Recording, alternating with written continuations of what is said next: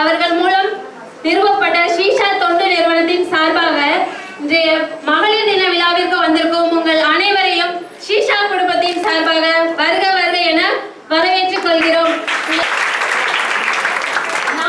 இந்த நிகழ்வுக்கு சிறப்பு விருந்தினராக வந்திருக்கும் திருமதி சௌமியா அன்புமணி மேடம் அவர்களே, நாம் எல்லாரும் கைகளை தட்டி பூ போட்டு பொன்னாடி போட்டு வரவேற்கும்படி அன்புடன் கேட்டுக்கொள்கிறேன்.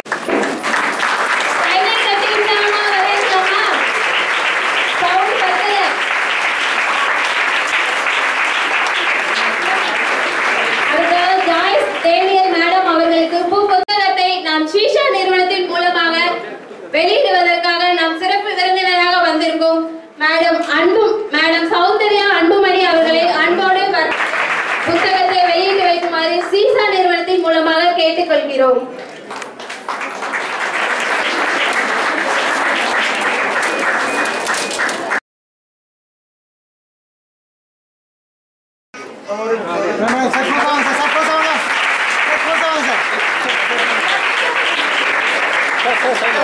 மார்ச் 8 மகளிர் தினம். இன்றைய மகளிர் தினத்தை ஷீஷா அமைப்போடு சேர்ந்து கொண்டாடுவதில் மிகுந்த மகிழ்ச்சி. பெண்கள் தங்களை பாதுகாத்துக் கொள்வது எப்படி என்பதை பற்றிய ஒரு முக்கியமான ஒரு கையேடு அவர்கள் வெளிக்கொண்டு வந்திருக்கிறார்கள். அவர்கள் பெண்களுடைய பாதுகாப்பு பெண்களின் கைகளில் தான் இருக்கிறது என்பதை பற்றிய ஒரு அற்புதமான ஒரு கையேடு. பெண்களுக்கு பாதுகாப்பு ஒரே ஒரு விஷயத்தில் தான் வேண்டும். எப்பொழுதெல்லாம் இந்த மது அரக்கனிடமிருந்து அவர்கள் விடுபடுகிறார்களோ அப்பொழுதுதான் அது பெண்களுக்கு முழுமையான பாதுகாப்பாக இருக்க முடியும்.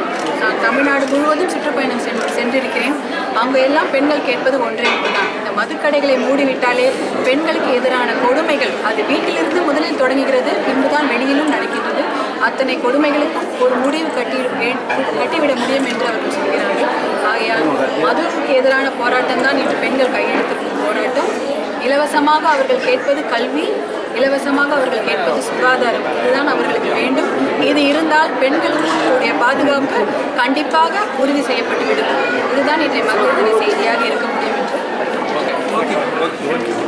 On behalf of Shisha, I would like to thank all the people who have come here on this special Women's Day, and I wish them all the best and God's blessings so that they'll be able to come up in life and they'll be able to bring a change in the